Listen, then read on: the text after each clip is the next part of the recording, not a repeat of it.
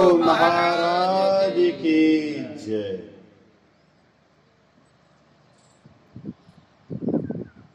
ध्यान मूलम गुरुर्मूर्ति पूजा मूलम गुरुपदम मंत्र मूलम गुरुर्वाक्यम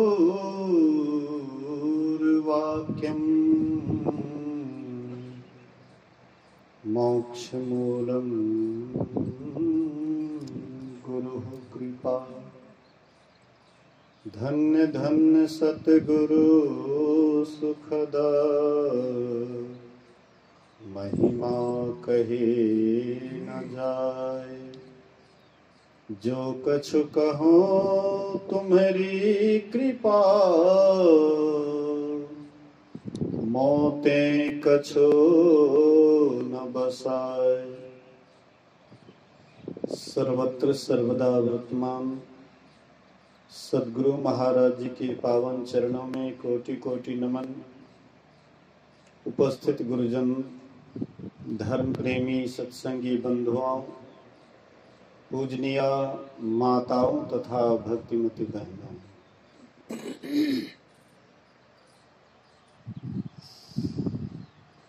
अभी हम लोग रामचरितमानस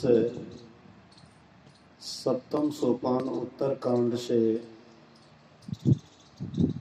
भगवान शिव और मां पार्वती के संवाद को सुन रहे थे।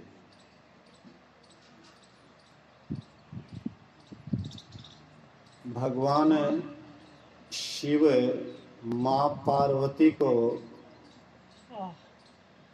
पहले जो उनके जीवन में घटना घटी थी वह घटना के संबंध में बतलाते हैं।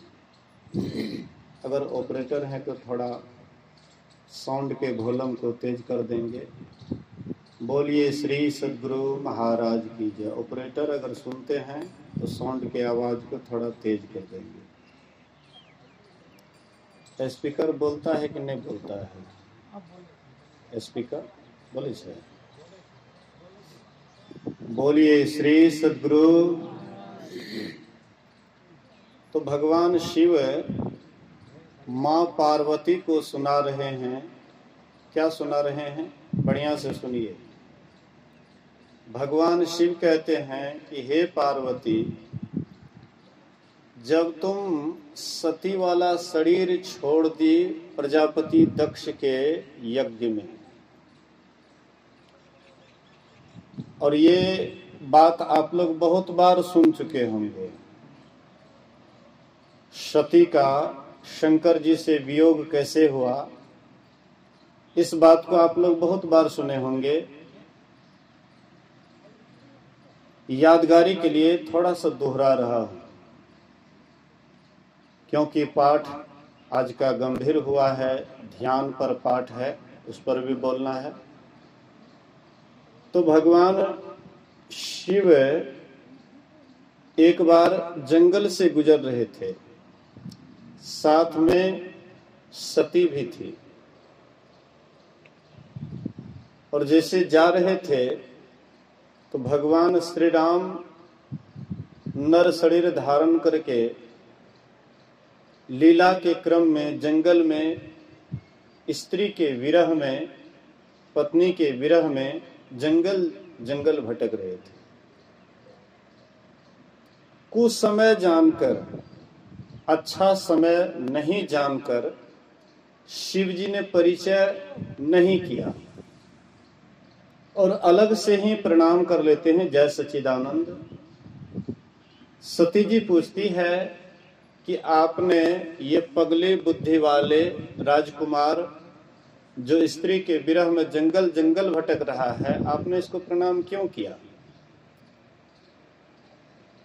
बोले कि देखो, ये हमारे इष्ट हैं, जिसका मैं आराधना करता हूं वही हमारे इष्ट धरती का भार उतारने के लिए, संसार का भार उतारने के लिए आए हैं, इसलिए मैंने उन्हें नमन किया।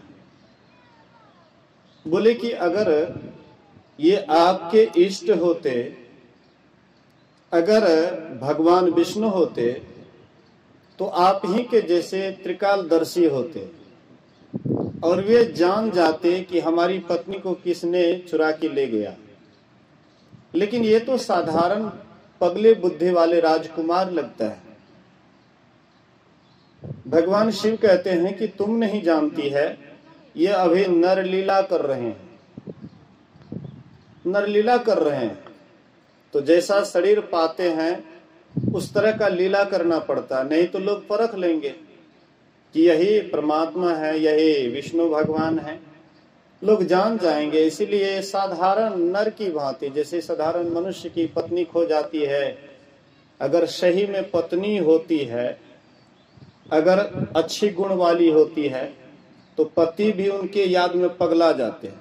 संसार में भी देखिएगा, अच्छी गुण वाली पत्नी होती है, शांत स्वभाव की होती है, जिनके अंदर में सेवा भावना भरा हुआ रहता है, तो पति अच्छी पत्नी को खोने से पगला जाते हैं। और सीता जी तो सद्गुण उनके अंदर में सारा भरा पड़ा था।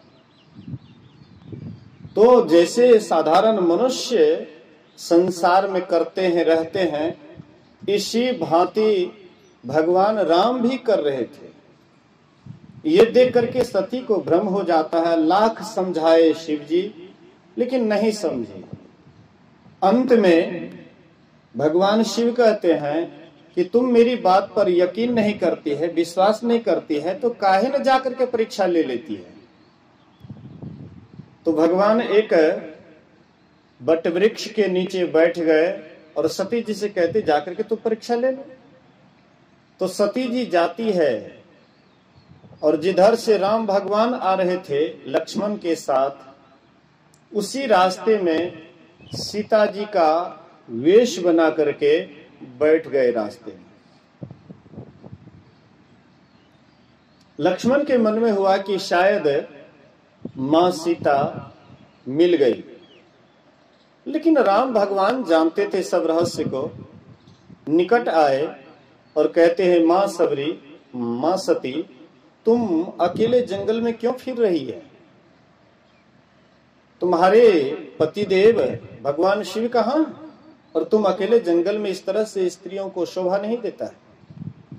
अब इतना बात जो सुनी उसको लाज हो गया कि हम तो सोचे कि साधारण है, ये तो हमारे सब रहस्य को जान गए।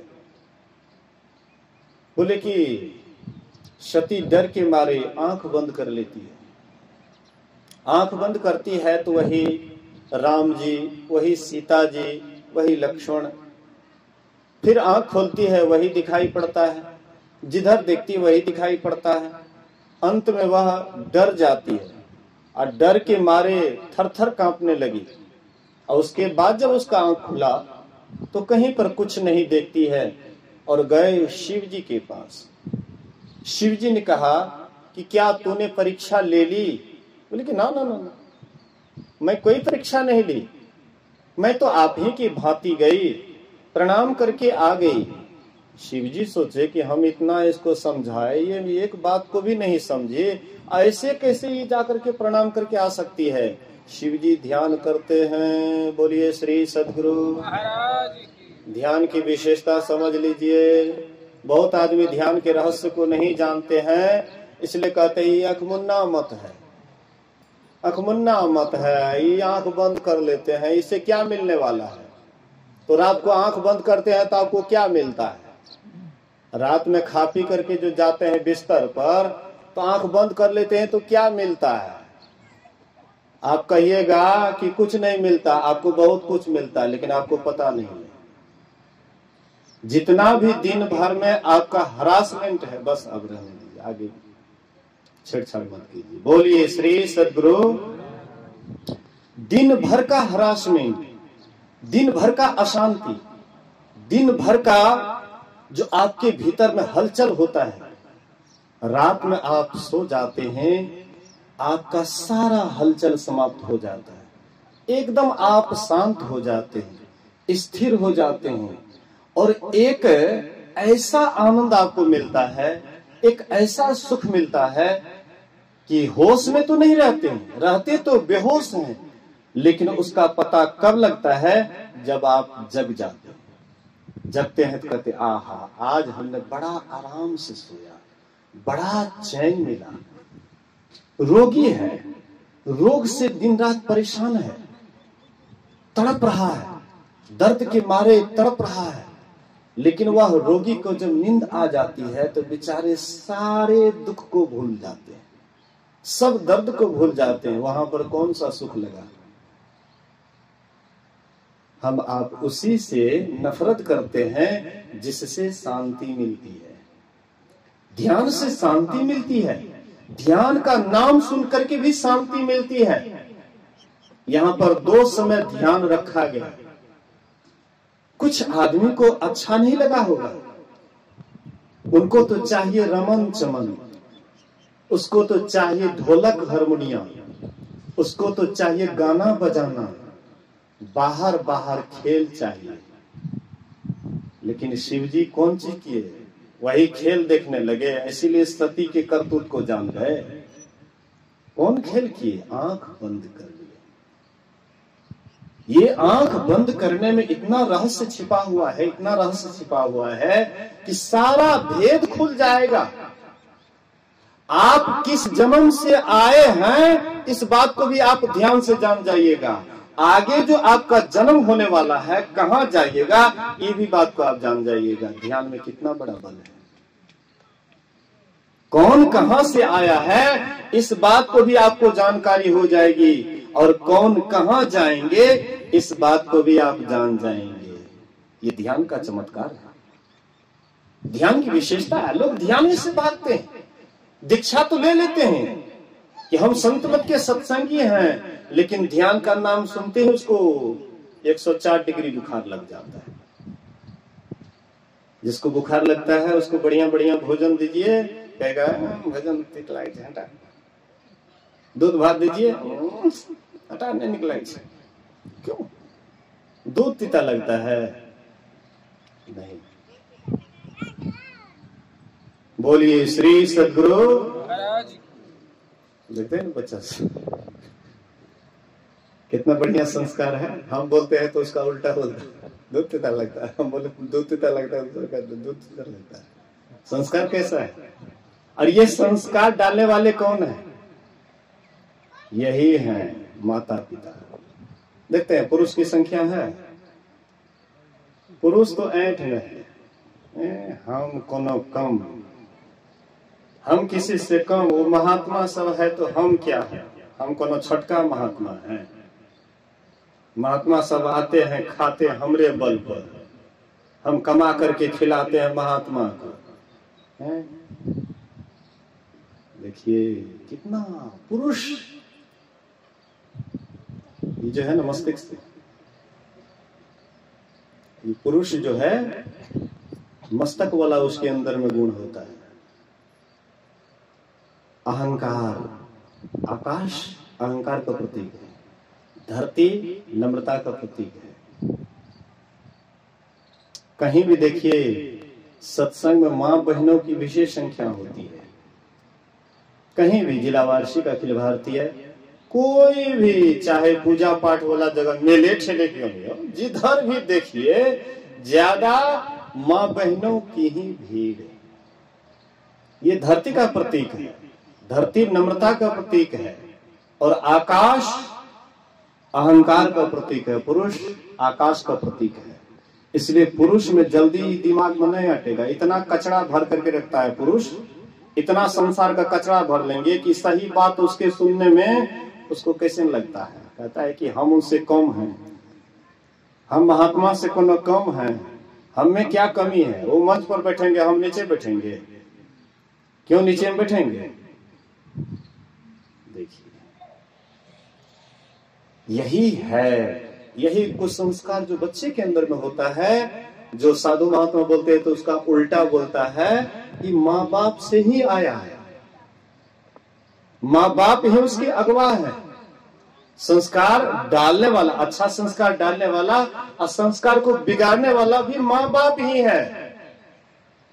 बाबा लोग तो खूब बच्चा को बड़ाई कर, बच्चा का खूब बड़ाई करते हैं, बच्चे के नाम पर ऐसे हो रहा है वैसे हो रहा है, लेकिन वो बच्चा को थोड़ा बढ़ने न दीजिए।